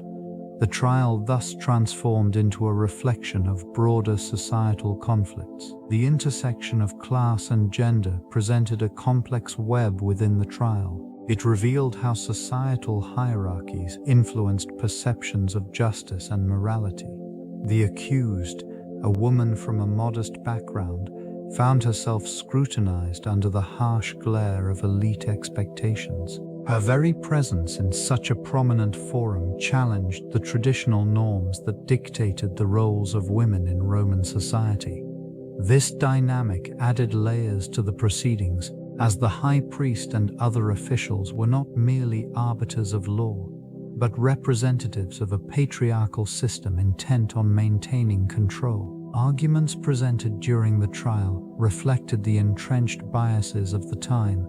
The prosecution hinged on the notion that a woman's behavior could tarnish the sanctity of public and religious life, suggesting that her social standing rendered her both a scapegoat and a symbol of moral decay. Testimonies from male witnesses reinforced the narrative that a woman's worth was directly tied to her fidelity and respectability. In contrast, the defense sought to highlight her resilience against systemic oppression. It served as a stark reminder of the fragility of individual agency amidst societal constraints. Each testimony and piece of evidence contributed to an unfolding tableau where class and gender intersected, each illuminating the deeper currents of power and privilege that defined the Roman world. The high priest occupied a pivotal position, serving as the moral arbiter within this intricate societal framework. It carried the weight of religious authority, influencing both public perception and legal proceedings. Ritual purity, divine favor, and the intricate relationship with the pantheon dictated the actions and decisions of this figure. In moments of crisis, the high priest's interpretations of omens and rituals shaped communal responses, often guiding the populace through uncertainty. This role extended beyond mere religious duties. It intersected with the political landscape, where moral judgments could sway public opinion and alter the course of events. The high priest's pronouncements were not only spiritual, but resonated deeply within the lives of citizens, reinforcing social hierarchies and values, upholding tradition and mediating conflicts. These declarations could elevate or condemn individuals, reflecting the delicate balance of power. In the trial of Posthumia, the high priest's presence underscored the moral expectations thrust upon individuals, especially women, who navigated the expectations of society. Their judgments could validate or challenge the prevailing norms of gender and class, defining the boundaries of acceptable behavior. This dynamic highlighted how sacred authority intertwined with civil matters, establishing a complex interplay of faith, power, and societal structure that reverberated through Roman life. Ode of fashion served as a vital expression of status and identity within this intricate societal framework. Attire bore witness to the wealth and influence of the individuals involved, creating a visual hierarchy as compelling as the legal arguments presented.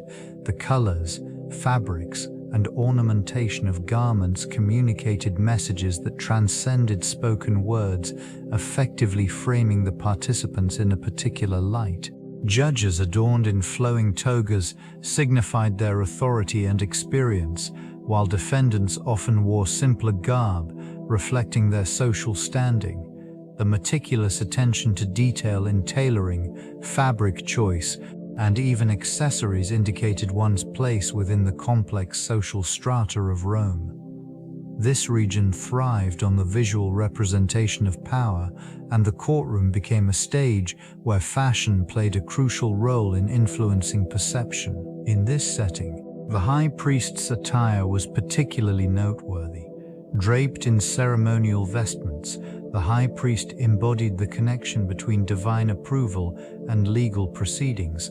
The luxurious materials and intricate designs of these garments not only evoked reverence, but also established a profound sense of legitimacy to the proceedings, and the two know. As witnesses and jurors scrutinized the attire of those involved, they subconsciously absorbed these visual cues, allowing fashion to enhance the narrative unfolding within the courtroom. It became an unspoken language, rich with cultural significance and deeply embedded in the Roman consciousness. This cultural phenomenon found its expression in the trial of Posthumia, a significant event that revealed the complexities of Roman ideals. An atmosphere of moral scrutiny enveloped the proceedings, reflecting societal values that prioritized honor, virtue, and the sanctity of familial ties. The accused stood before a panel of esteemed judges, their faces a blend of stoicism and judgment, embodying the very principles they had sworn to uphold. The trial unfolded as a public spectacle, drawing citizens from all walks of life to witness the interplay of justice and morality. It was not merely a legal proceeding. It represented the collective conscience of a society grappling with the delicate balance between individual desires and communal expectations. Accusations and defenses echoed through the forum, resonating with the audience's sense of righteousness and propriety. Judges deliberated with a sense of gravity, aware that their decisions would reflect the broader implications for Roman society. This moment became a mirror, reflecting the ideals of discipline and virtue that had shaped the Republic. The outcome would not only determine Posthumia's fate, but also signify the prevailing moral code, a gentle reminder of the responsibilities that accompanied citizenship within this formidable civilization. Each verdict was a thread woven into the fabric of Roman identity, reinforcing the delicate interplay between personal agency and social order. Religion served as a powerful instrument in the political landscape of Rome, shaping both public opinion and governance. Temples dominated the skyline, their imposing structures a constant reminder of divine favor. This connection to the gods provided legitimacy for rulers, intertwining spirituality and authority. Rituals and sacrifices were meticulously orchestrated, designed not only to appease the deities, but also to consolidate power and influence. Horibishts held significant sway, often acting as intermediaries between the celestial and the earthly realms. Their interpretations of omens could steer public sentiment and affect critical decisions, including those surrounding the trial of Posthumia. In moments of political unrest, religious ceremonies became venues for reinforcing loyalty to the state, as citizens gathered in unison to witness acts that reaffirmed their collective faith and allegiance. The Senate frequently relied on religious endorsement to bolster legislative measures.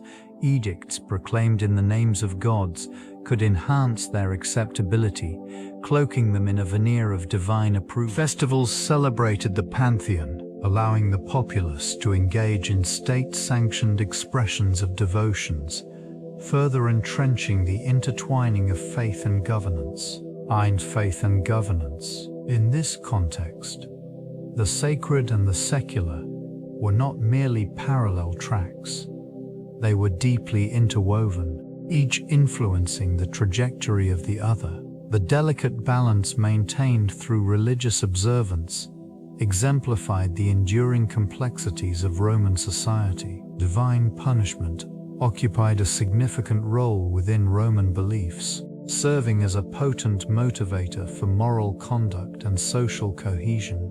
The specter of retribution from the gods loomed large, reinforcing the need for piety in public and private life. This region was dotted with temples and altars, each a reminder of the deity's watchful gaze. Rituals performed in their honor sought to appease these powerful beings, ensuring favor and protection for the community. Priests and priestesses, revered figures within society, interpreted omens and signs that indicated divine will. These interpretations often dictated actions taken by the populace, from the timing of military campaigns to the construction of public works. The fear of divine disfavor was palpable, manifesting in the meticulous observance of rituals and sacrifices. Each act was steeped in the understanding that neglect or offense could result in catastrophic consequences, not only for individuals but for the entire community. In this context, the trial of Posthumia represented a dramatic intersection of personal fate and communal belief. Accusations of impiety could invoke the ire of the gods, highlighting the precariousness of human existence. This tension between individual actions and divine response illustrated the intricate web of accountability that defined Roman life, where moral fortitude was inseparable from the spiritual landscape. The trial of Posthumia reverberated through the corridors of power, casting a long shadow over the role of future high priests. It served as a stark reminder of the delicate balance required in navigating the expectations of both the populace and the pantheon. In the aftermath, these religious leaders found themselves under heightened scrutiny, compelled to maintain a facade of impeccable virtue while managing the intricacies of public perception. The actions taken during this trial set a precedent, shaping how subsequent high priests approached their duties. A cautious atmosphere emerged, where every decision could potentially echo through the fabric of societal norms. The fear of divine retribution intertwined with political ramifications, resulting in a more conservative approach to religious practices. These leaders became increasingly aware of the need to align their actions with the broader expectations of morality and piety. Communal rituals grew more elaborate, as high priests sought to reassure the citizenry of their unwavering commitment to the gods. The once vibrant expressions of faith transformed into calculated displays of devotion, aiming to mitigate any doubts regarding their worthiness. This shift reflected a society grappling with its own complexities, where the intertwining of personal integrity and public duty became paramount. The legacy of Posthumia's trial lingered, quietly sculpting the contours of spiritual leadership for generations to come. The impact of the trial extended beyond the immediate societal ripple, influencing the trajectory of women's rights movements within Rome. This pivotal moment brought to the forefront the complexities of gender roles and societal expectations. It highlighted the limitations placed upon women in public and spiritual spheres, showcasing their struggles for recognition and authority. Within the confines of Roman society, women were often relegated to the shadows, their voices silenced in matters of governance and religion. The trials sparked discussions among intellectuals and activists, igniting a slow but persistent quest for greater autonomy. The implications of Posthumia's defense and the subsequent reactions by the public began to shape a narrative that questioned long-standing traditions. Advocates for women's rights found inspiration in her story, using it as a framework to challenge the existing norms. They sought to redefine the roles women could occupy, both within the home and the broader community. This period saw the emergence of female figures who openly contested the patriarchal structures, advocating for legal reforms and societal acceptance. The gradual shift in perception surrounding women's capabilities fostered a new environment where their contributions were increasingly acknowledged. The trial of Posthumia did not merely serve as a singular event, but became a catalyst for a broader movement, advocating for the rights and recognition of women in Roman society. The historical record surrounding the trial of Posthumia reveals a complex interplay of societal norms and legal frameworks within ancient Rome. Various sources, including legal texts, contemporary accounts, and writings from later historians, provide insight into the proceedings and their implications. These documents illustrate not only the events that transpired, but also the prevailing attitudes toward gender roles during that era. The most significant accounts stem from legal archives, where records detail the charges levied against Posthumia and the arguments presented in her defense. These texts demonstrate the rigidity of Roman law at the time, emphasizing the limitations placed on women in matters of public life. In addition to legal documentation, contemporary poets and playwrights of the period responded to the trial, often reflecting on its impact through satire or commentary, allowing for a more nuanced understanding of public sentiment. Later historians, such as Tacitus and Livy, examine the trial from a retrospective viewpoint, framing it within the larger narrative of societal change. Their analyses contribute to an understanding of how such events catalyze shifts in cultural perceptions, influencing future generations. The relevance of this trial endures, as it highlights the struggles for equity and representation in a society defined by its patriarchal structures. The legacies of these discussions resonate within the fabric of ancient Rome, marking significant developments in the realm of gender dynamics. Memory and oral tradition served as vital conduits for the transmission of knowledge regarding the trial of Posthumia. In a society where written records were scarce, these mediums became the primary means of preserving legal proceedings and societal events. It was through the spoken word that the accounts of the trial were relayed, each retelling influenced by the perspectives and experiences of the narrators. This dynamic allowed for the adaptation of stories to fit the evolving cultural landscape, providing layers of interpretation that reflected the values and beliefs of subsequent generations. The trial's details shifted subtly with every retelling, as the actors within this drama became symbolic figures in the broader narrative of Roman society. The high priest's role was magnified, embodying the tension between religious authority and emerging social change. Each recounting of the trial featured nuances that highlighted the intersection of faith, power, and gender, reinforcing the societal roles expected of women and men. Within this region, the echoes of voices from the past entwined with the present, ensuring the trial remained a topic of discussion and contemplation. The oral tradition allowed communities to engage with their history actively, fostering a collective memory that shaped identity. These narratives facilitated a deeper understanding of the complexities surrounding gender dynamics in ancient Rome, linking past events to contemporary societal structures. The trial marked a pivotal moment in cultural discourse, serving as a catalyst for evolving perceptions of gender.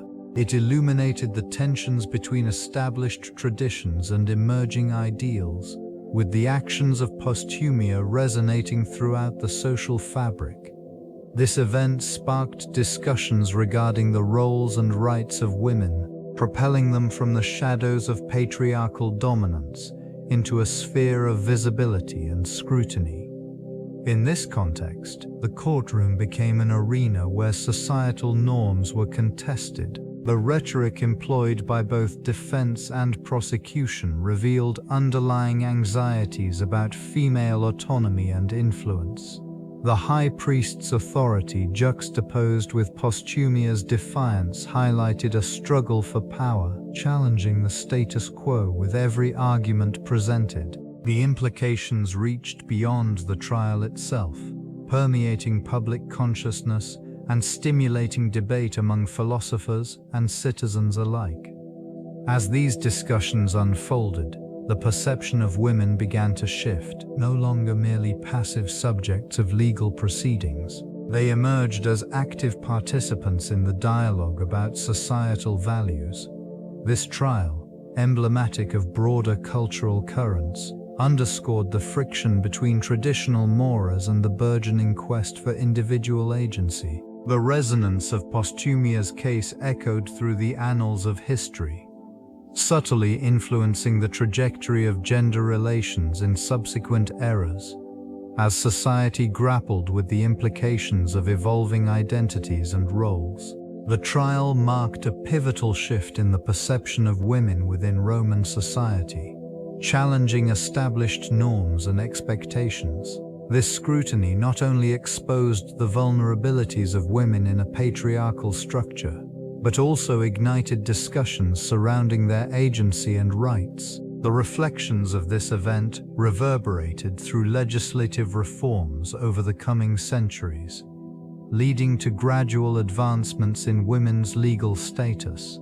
Despite the prevailing societal constraints, the trial instigated a quiet revolution, inspiring women to assert their voices in public and private spheres. The increased visibility of female figures in political debates and religious rites became a notable phenomenon, reshaping public sentiment. It fostered an environment where women's contributions were increasingly acknowledged, albeit slowly and unevenly. The influence extended beyond Roman borders, reaching provinces and territories entwined with the empire. Local customs began to intertwine with Roman ideals, creating a blend of practices and beliefs that varied significantly across regions. These adaptations facilitated a slow but persistent evolution of gender norms, fostering a climate where women could navigate their roles more assertively. In the centuries that followed, Posthumia's legacy persisted, subtly informing philosophical discourse and influencing subsequent legal frameworks. This gradual transformation forged pathways for future generations, reflecting the complexities of identity, power, and societal progress within the ever-evolving Roman landscape. In examining the trials faced by women across various ancient cultures, notable parallels emerge, illuminating the distinct societal structures and value systems in place. In ancient Greece, the treatment of women was often characterized by a rigid patriarchy, where legal rights were significantly restricted, mirroring the constraints imposed on Posthumia. These trials frequently centered on issues of honor and familial loyalty, with outcomes heavily influenced by the male guardians of women's reputations. Contrastingly, in ancient Egypt, women experienced a relatively elevated status, enjoying rights to property and inheritance. Legal proceedings could sometimes favor their interests, albeit within a patriarchal framework that still governed their societal roles.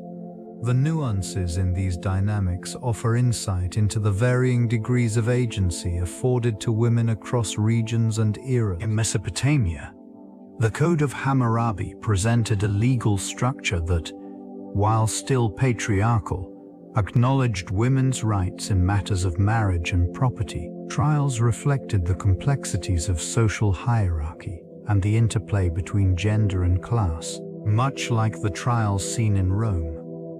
Each culture's approach to justice and gender reveals a spectrum of treatment, illustrating broader themes of power, identity, and societal norms. These comparisons enrich the understanding of Posthumia's trial, framing it within a larger dialogue of women's experiences in antiquity. The evolution of historical interpretation surrounding the trial has unfolded through various scholarly lenses.